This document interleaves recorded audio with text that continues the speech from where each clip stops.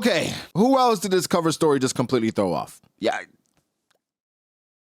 I'm speechless. Reading this chapter and seeing Kozuki Moria, my mind went to so many different places. So let's spend some time with this cover story for a second. Okay, because the cover story says, here lies the pirate of justice. Going back to chapter 1154, right? Because that's where this entire thing kicks off. It says, we're going to pay respects at the grave of the hero born in the West Blue and raised in Ringo. So we're trying to figure out exactly who this is. People saying Uchimaru, some people saying Shiki. So many people being thrown around. Looking at Moria, he's from the West Blue. Then Moria said 26. He went to visit Logtown to attend the execution of Gold Roger. Then the next year, he had a $320 million bounty. And then Moria clashed with the Beast Pirate in Ringo. And of course, everybody died, and that's when he left with a sword. So, here's what I'm saying. They said he was born in West Blue, raised in Ringo. So I'm like, is this the truth? Was Moria actually raised in Ringo? Did he take on somebody else's identity? Let's say all this is true. Let's say Moria was raised in Ringo. We know there are lies in there because Moria obviously isn't dead. So Moria faked his death and left Ringo, and they are calling him the Pirate of Justice. So I think it's just a perception thing because Moria, after the fact, he leaves to go find a zombie strong enough to face against Kaido because he said he wouldn't have lost to Kaido if he had a strong enough zombie. Now, they're saying that he is a hero of Wano. Hero. Where it's like he saved a village. So I'm like, did Moria go against Kaido and the people thought that he was protecting them, but he was just going against Kaido for power? But like, let's say Moria is a true Kozuki. People saying, well, he wasn't from Wano. Either way, a lot of people moved away from Wano. Moria could be a true Kozuki moving back because again, people that moved away from Wano, that their bloodline is from there. Let's say he's a true Kozuki. The speculation is Moria is going to join Cross Guild because of Perona, Mihawk, all of that. Moria joining Cross Guild, being a Kozuki, being able to read poneglyphs, a lot of things change. And when I say a lot of things change, a lot of things change because now there's an even playing field for the most part in regard to reading the poneglyphs. Nico Robin, pudding at some point. Now you have Kozuki Moria. I think this Moria revelation is an amazing one because it is continuing the narrative in regard to Nepo piece where we have characters that are affiliated with great families or great lineage or great characters and they're the important characters in the series. Stay tuned for something talking about just how that is essentially the message of One Piece and you being famous kid or being affiliated with a famous pirate, that's not a referendum on your story at all, right? That doesn't mean that's the beginning and the end. That's not the end all be all. So something to look forward to. Also look forward to that subscribe button. If you haven't hit it, make sure you hit it and subscribe to the channel because you may watch a few videos, don't realize you're not subscribed. Hit it and let's get to it. Like the video as well. Now, that's an insane reveal. What a way to kick off this chapter where we're talking about somebody that visited Roger's execution who we thought was left for dead. Now he's supposedly the hero of Wano. What is the true story here? Because like I say to y'all all the time, if y'all don't remember anything, remember this: perception versus reality. Something happened. Something happened where Moria or somebody felt like Moria was protecting Wano. Find it hard to believe, but Moria, he was devastated that his crew got destroyed. So Moria could have been a completely different person back then. He was actually protecting people, and after his crew got devastated, now he flips the switch, and now he's a completely different person. That's not far-fetched either. And I want to give him the benefit. No, I'm not going to give him the benefit of that. Moria's a piece of crap. From what we've seen. Now, there are even more things because let's say Moria's lineage was revealed because now we know the world government, they had some idea about Blackbeard's lineage. Let's say they found out about Moria's lineage. Does that make more sense why Doflamingo said higher up? Because they found out that he's a Kozuki and he could possibly read the poneglyphs and expose the true nature of the world, the true history. And so now we got to get rid of Moria. I've always talked about Moria getting the short end of the stick at Marineford because he was actually doing work. Bo wasn't doing anything. She was fighting against him. Mihawk said no. Doflamingo was just celebrating, right? Just embracing the chaos. So many things were happening with the warlords and he was actually trying and they got rid of him higher up. Why would the higher ups want to kill Moria specifically? We may have just gotten our answer. This is one thing I really love about One Piece is how one basic piece of information can completely flip the narrative on its head. Kozuki Moria. What the heck, guys? Moria is a Kozuki? And this is just the cover story. I want to go out on a limb here before we get to the chapter. This flashback is trending to be the #1 flashback in One Piece. It's trending that way. I know. High praise, recency bias. I admit that, but come on, you with me, right? Okay, let's get to the chapter. Also, one more thing. This is something that I have to check the timeline on, but there's speculation that Moria was fighting Kaido whilst Odin was twerking in the streets buying time. I'm not sure. I have to fact check that. I'm hoping that isn't true. For Odin's sake, I'm hoping that isn't true. Let's get to the chapter. The chapter starts off. We're on the Ora Jackson. The waves are rocking. And the Roger Pirates, they're talking about none other than Shakuyaku. They're like, we found out that she opened up her bar, Pirate Island. We never thought we'd ever see her again after she stopped being an empress or being a pirate. So we got to go see her. We have to go see her, Roger. But of course, they also discuss amongst themselves saying, hey, the Pirate Island, that's Rox's territory. Can't possibly go there. Scopperton says to Rayleigh, yo, like, Roger seems a bit down ever since you guys' conversation. And for me, reading the chapter, my speculation is, oh no. Rayleigh told him that Shocky belongs to him. I was like, no, Rayleigh wouldn't do that. Now, chapter goes on, and Rayleigh actually pulls Roger aside. I'm thinking it's some very important business. Now, it was some very important business, but not the type of business you would think. He pulled Roger aside, and he said, yo, like, I got to talk to you one-on-one. I'm not going to tell the entire crew. I got to talk to you one-on-one. What is it?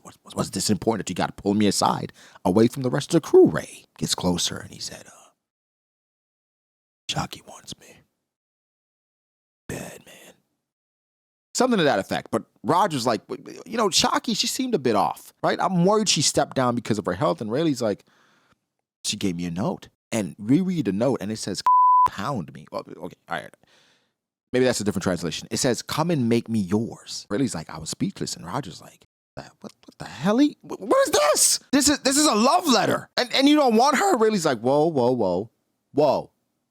Whoa, Raj. I'm not saying I don't want her. I'm not saying I'm not interested. I'd be lying. I'm just up right now. All right? New epithet on the bounty poster. They're on me. Okay? And you know what? I like young women. And so I just don't want to be tied down right now, Raj. And Raj's like, are you stupid? This is Yaku saying to come make me yours. And you're saying you don't want to be tied down, Ray? You know what? You don't deserve her. You know what? I'm going to claim it for myself. Because until somebody claims it, hey, it's uncharted territory. Yeah, she may say that, but you are fumbling the bag, Rayleigh. That's essentially what he told him. But Rayleigh's like, I'm not saying I don't want her, but come on, man. Look around me. I'm the Dark King. This is insane. It's not something that's crazy. It's not something to look at him like, yo, Roger would never. No, Roger's a sick man, like me, right? He's a gooner, and he understands quality. Rayleigh does as well, but Rayleigh's like, I kind of like quantity too. Roger's like, well, if you're not ready to settle down, I am. So we're going to the Pirate Island.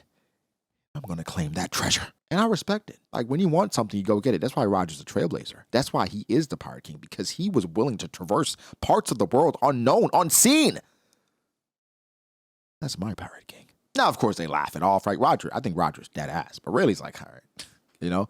And then they go to plunder the Pirate Island. It's fantastic. I gotta say, I do enjoy this dynamic where the Empress, the top of the top, goes after the right hand, because it is different from what we expect, where, of course, Roger is the belle of the ball. When we think about the legends back then, like, Roger is the guy that everybody fantasizes about when they think about that era. Where it's like, Roger, oh my God, Roger, Kaido, Roger, Big Mom Roger. Everything is about Roger. So we're like, okay, if there's somebody that an Empress would like, it would obviously be the Pirate King. No, it is the right hand that is interested but not really interested. And of course, Shocky, her health is affected because she has the love sickness. And I also respect Shocky's approach, because she just gave him a note. And the note is, come and make me yours. And she was okay with whatever the result is, because she's not going after him. She's like, come and get me. Which I think is part of the attraction as well, where it's like, yo, if you come, you come. If you don't, you don't. It is what it is. So she was okay with whatever the result is. And you got to respect Shocky for that. Now we get a little maneuver to a different part of the chapter, and this is 40 years ago. We go to Mary Joa. Garling is there with the Gorosei, and Garling starts talking about a non-affiliated state. And he says he offered them membership. They declined, and that state has severely abundant resources, all right? And they made an amazing discovery. And he said, you know, the Great One will surely appreciate it. So Garling at that time knows about Emu, and he's saying, yo, we got to have a hunt at God Valley in 2 years' time, for sure. Now, the resources, you know, it could be so many different things, but based on how the chapter ended, I'm like, is he talking about us? Is he talking about women? Is he talking about tenderloins?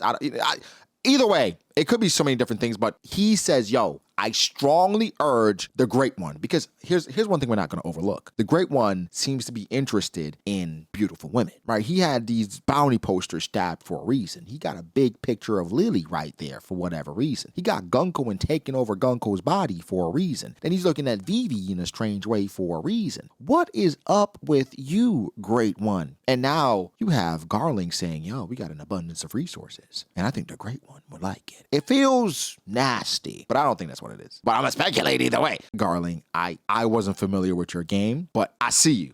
We'll talk about that even more later. We go back to Shaki's bar. And before we talk about the specifics happening within the bar, I gotta say this flashback is filling the gaps for me. For a long time, that era felt hollow. It felt like we have Roger, Whitebeard, Shiki, those guys, and we weren't sure what the dynamic was, right? We found out about the Rox parts. It's like, okay, what's going on?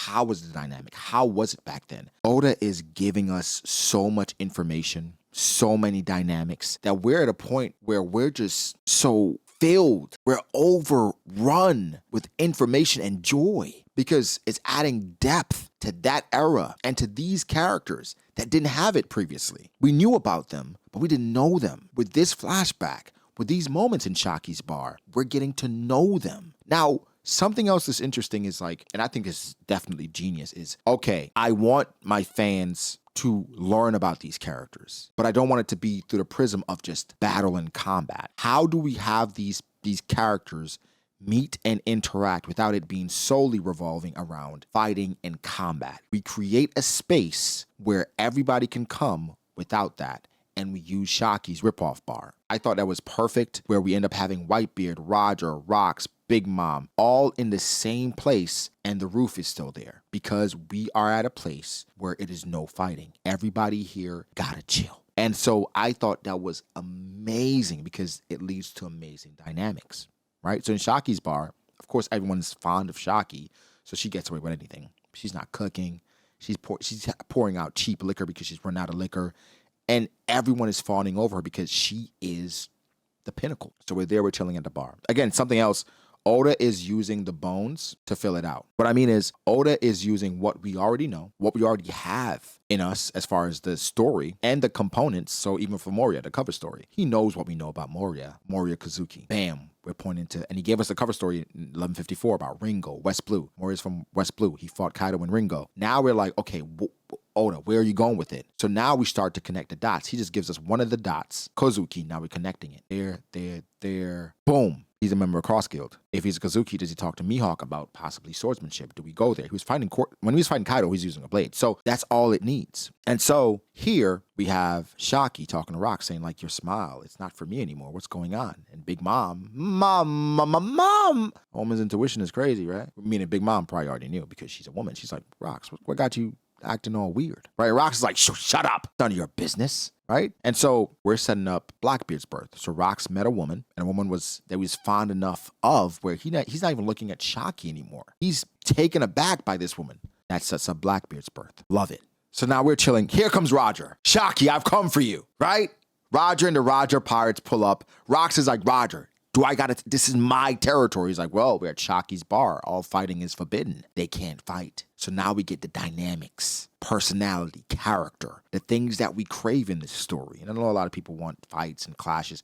The things that we crave in this story, we're getting here. And it's in the perfect setting because you cannot fight here. So now, where do we go? Shaki sees Roger. She's like, oh, Roger. And she downplays it really well because I know, right? Yeah, I know. When Shaki saw Roger, I'm sure her heart dropped like, oh, Roger's here. It's not because it's Roger. It's like, if Roger's here, Rayleigh's here, right? She's like, oh, she got to play it cool. Oh, Roger. She's like, oh my God, Ray's not here. Something I took away from this moment, but even with Rox and Roger having that moment, and, they're talking about a line outside, everybody's beaten up because it's the Roger pirates. Whitebeard says, I can't stand those guys. They're so noisy. I don't think Whitebeard left the bar because they're so noisy. I think Whitebeard left the bar because of the dynamics. In this bar, you had Big Mom and Bakken and all those guys. They're talking about Rox and what he possibly has going on. And Bakken says to herself, that's for somebody that probably is expecting a baby. And if we know about Bakken, she wants Whitebeard bad. And I would assume if she has something internal that she feels about Rox, that's the first person she's probably going to go to say, hey, Whitebeard, do you think, Rox is expecting a kid? That's what I think as a woman. And Whitebeard, in that situation at that point, Roger comes in with his crew. Big Mom is there with all her damn kids just running around the bar all over the ship, right? So Whitebeard, I think he felt the familial energy. And he's like,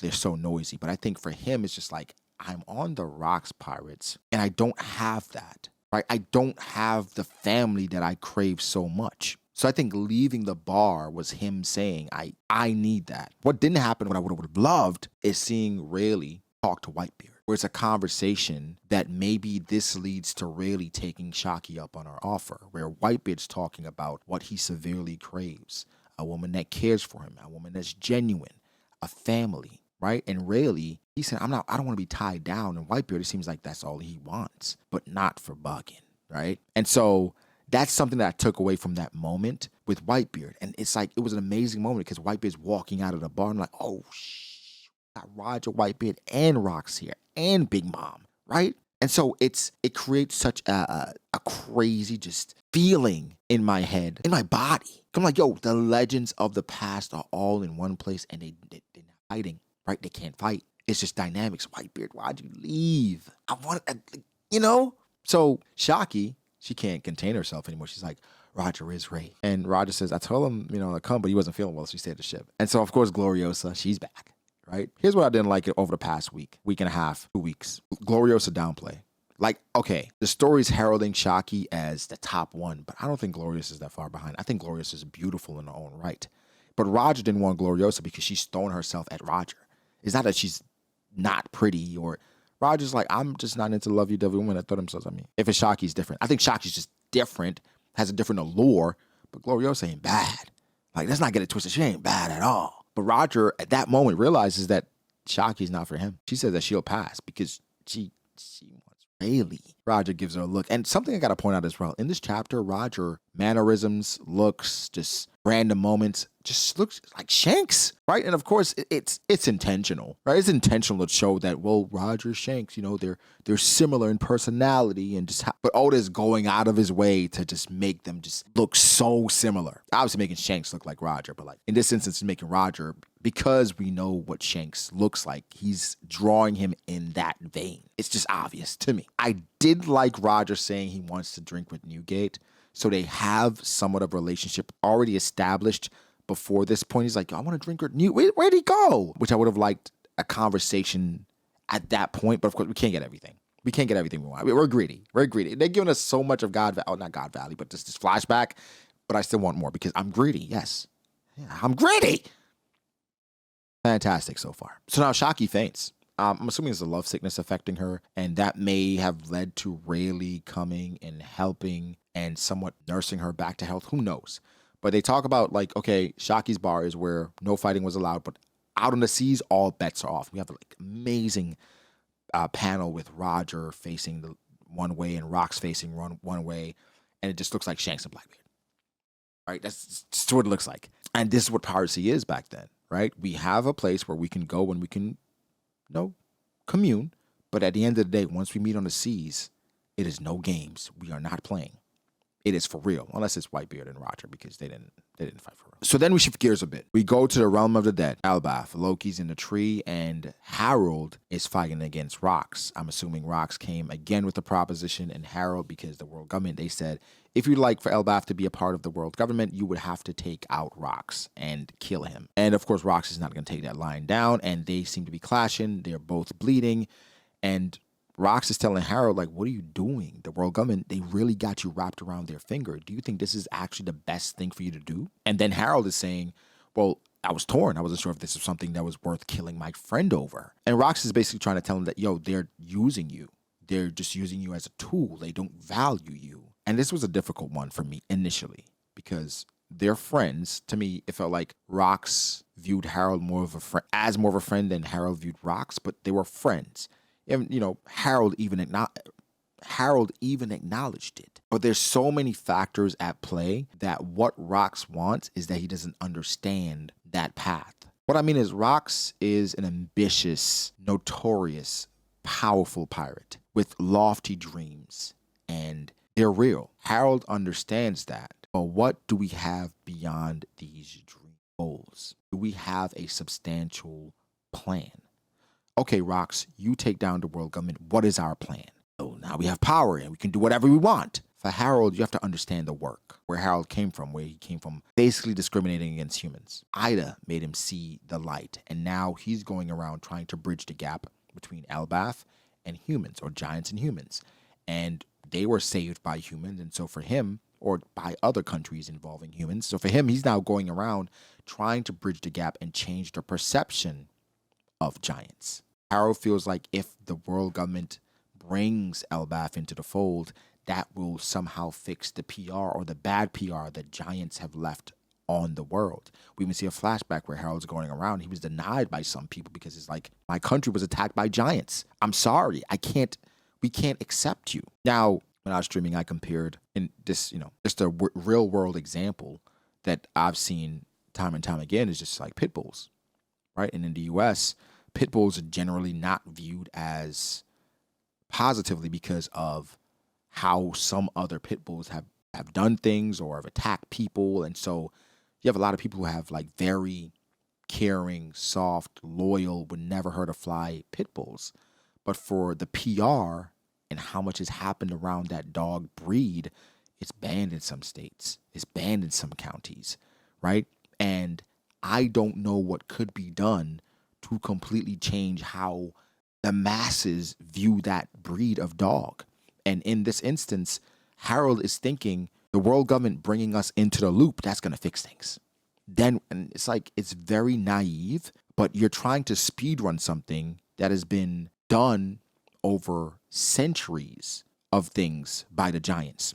You can't change the PR or the narrative of the giants just by joining the world government. But for Harold, he feels like he has to try. He feels like the legacy and the future of his family and his country, it is on the line here.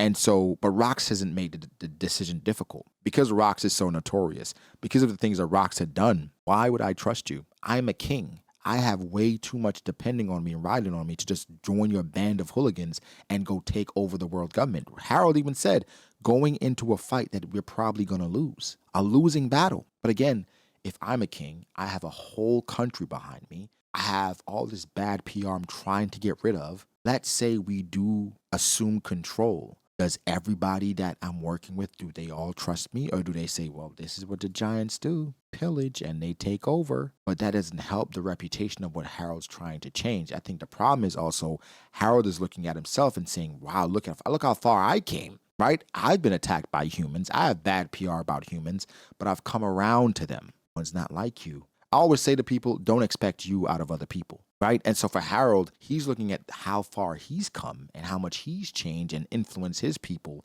And he's like, I can do the same to the humans, not realizing how terrible and vindictive humans can be, especially when they've been taken advantage of. We saw the small conversation with the Marines where Garp was like, well, Harold's cool. Sengoku's like, Harold's cool. Sue was like, well, you want Rox to take Harold? And Kong's like, it is what it is. We cannot forget what giants have done in this world. The truth is for Harold is that none of these things are going to come overnight. As badly as he wants it, as much work as he's put in, the PR for the giants is too terrible. It's too bad. It's going to take time. And for Rox, you're not somebody he can follow. You don't have a substantial plan. You don't have nothing in place for Harold to say, if Rox takes over, I would feel comfortable about my country. Because let's say he's cool with Rox. Big Mom, Shiki, right? Captain John, those are the people that's going to be in control of the world. And I'm supposed to be comfortable following you guys and helping you do it. After we take control, then what? Initially, I'm like, this is a very difficult decision because they're friends. But when you really break it down, it's an easy decision.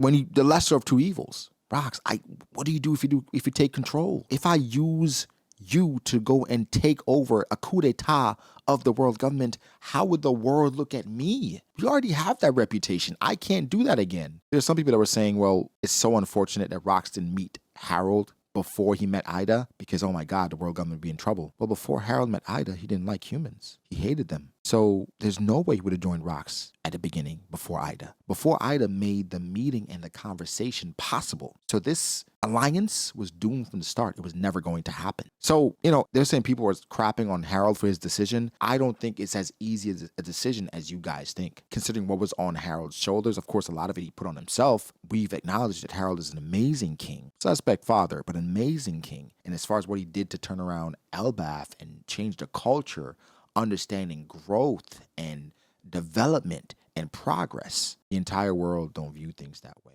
And it's not as highlighted, but while Harold was doing good things, I'm sure there were other giants out there still doing tomfoolery. That doesn't change overnight. I don't know if that ever changes considering what you guys are. It's always going to be an inherent fear of giants. You are enormous. You can crush humans with little or no effort. There's always going to be a fear. And I think for the most part, humans are going to fear things understand or control. So Rox wasn't wrong. They do treat you like an asset, a tool, but Harold's not wrong because I can't follow you. I'm a king. I have way too many responsibilities just to do things on a whim off vibes. I'm sorry, Rox. Now they were both exchanging blows, but I don't think this is a fight that they were having to the death. I think they got to a point where they realized this friendship was over. There was no coming back from some of the things said and done. And then they looked at each other and realized there was no conclusion because they didn't want it to be a conclusion. They cared about each other that much. But I think watching them go at it, the more I thought about it, the more sad I got because this is Rox's only friend. The other people on the ship, they're just there for their own purposes. Harold as well, this is his only friend. There's no Dory, there's no Brogy, right? Ida, his woman, sure, but that's his lady. He has no friends. It was Rox. And Rox, of course, he has Blackbeard's mom, but he has no friends. It was Harold. And so now this is the destruction of this friendship, this person that you felt like could understand you at least on a different level, that you could relate to, that you could clash with. Even though your ideals are different, you're on similar levels in regard to what you're trying to accomplish. That's gone. That friendship, that's gone. But I care about you too much to completely eliminate you. I'm just going to walk away. So it's more sad than anything because nothing came of it. Just the end of a friendship and realizing that we can never agree and we're never going to agree. I think the dynamics of Rox and Harold was written so well because there's nuance there. There are a lot of people that would side with Rox, saying, why would you? Because there are a lot of people that hate the world government considering what they've done. But can you honestly say Rox taking over the world government or taking over the world would be better for the world? I can't honestly say that. Rox has not shown me to have that type of insight and dedication to creating a good world where I'm okay with leaving it all in his hands or helping him get there. It's unfortunate. It really is, but that's something about that part that definitely stuck out to me, right? We then get to a certain incident 39 years ago. Of course, that is God Valley, and we see a lady that's pushing twins. Twins were born. And they're saying, well, oh my God, twins, they have your red hair. At the end of the chapter, we have Shanks and Shamrock as babies. I was always questioning, like, was Shanks, was that his real name? But apparently, I'm going to assume in that chest, probably had like a nameplate or something where Roger knew that his name was Shanks. And they're indeed twins with him and Shamrock, and his mom was a red hair. Now, here's the thing. Shanks was born on God Valley, right? Remember when Shanks brought Whitebeard some liquor? He's like, well, this is from my hometown, some of the best stuff. So when we go back, I think about Garling, what he said about the resources and an abundance of resources. So having some of the best wine, not that crazy. But also Garling, while doing recon, was impregnating the women that he planned on infiltrating their country later, right? So that's why I'm like, Garling, what are the resources, right? Are you trying the product? But I thought that was interesting that we got the end of it, finding out that Shanks was born on God Valley, but not during the expedition or during this clash of everything. No, he was born there because Garling went there and was with the locals, frolicking, or maybe just spreading his seeds around. Either way, he felt like it was necessary to speed up this process to have a hunt on God Valley. Of course, it was to take advantage of the resources, but what resources are we talking? You got to think about this. Now, the flashback is not over. This flashback will not be over until Harold is dead, I believe. So we may just get the entire God Valley flashback from a certain perspective for sure. Something that's still on my mind is for Roger and Rox. So far, Rox is dominating this flashback. I would not be surprised if we did a poll as far as like who you prefer, and Rox would win in regards to Roger versus Rox. But post all this, we see the parts that outlasted this. They praised Roger over Rox. Rox got erased from the world. Had a crazy theory about Sugar's devil fruit being the one to do it. But there are people that remember Rox, but for the most part, the masses don't. And the sugar thing doesn't make sense because I think the Hobie Hobie no Me, the powers change based on who eats it, but that's a theory. Either way, I think for Rox, it's about impact, lasting impact. And you having ambitious goals, it's cool, it's amazing. But what's your legacy? What did you leave behind? And of course, that's at this point we see Blackbeard. That setup is there for him to be born. And Rox seems to care about it, but Rox still isn't thinking like Harold, right? He's thinking about power, achieving it. Now, Harold is thinking of legacy, future, and they're just on different paths because Rox isn't a dad yet. So I think in general, this entire flashback is creating so much more depth to these characters, and Rox is just running away with MVP of this flashback. Now, current characters view Roger in a certain light. I think Oda's setting it up where we have Rox up here, Roger maybe down here, and something is going to completely change the narrative. Where we're going to realize why the Pirate King is the Pirate King and while Roger is the progenitor of all of this. He's the reason why the One Piece exists, why this generation of pirates exists, and Oda is going to remind us of that. Like Big Mom and Kaido, when everybody talks about Roger, we're going to find out why. Even though they were still with Rox, seeing everything Rox accomplished, Roger is what was on their mind in the most tumultuous of situations. Amazing, amazing, amazing chapter. Amazing flashback. Can't wait for more. Guys, give me your thoughts. How do you feel about it? Leave it all below. How do you feel about the chapter? How do you feel about the flashback? How do you feel about Rox? How do you feel about Roger? How do you feel about Shock? How do you feel about Rayleigh? Rayleigh's the GOAT. I think this is Zoro upscale. No question, because Rayleigh's able to do that. Pull Shocky, and then, she was sick for that boy. But yeah, again, amazing. Like the video if you did. Subscribe to the channel for more content like this. Follow me on Twitter at BrogDH. Follow me on Instagram, BrogD.Ace. Thank to my patrons. I appreciate you guys so much. This would not be possible without you. Thank you guys for the support. If you'd like to become a patron, link in the description down below. But again, like and subscribe, guys. Catch you guys in the next one.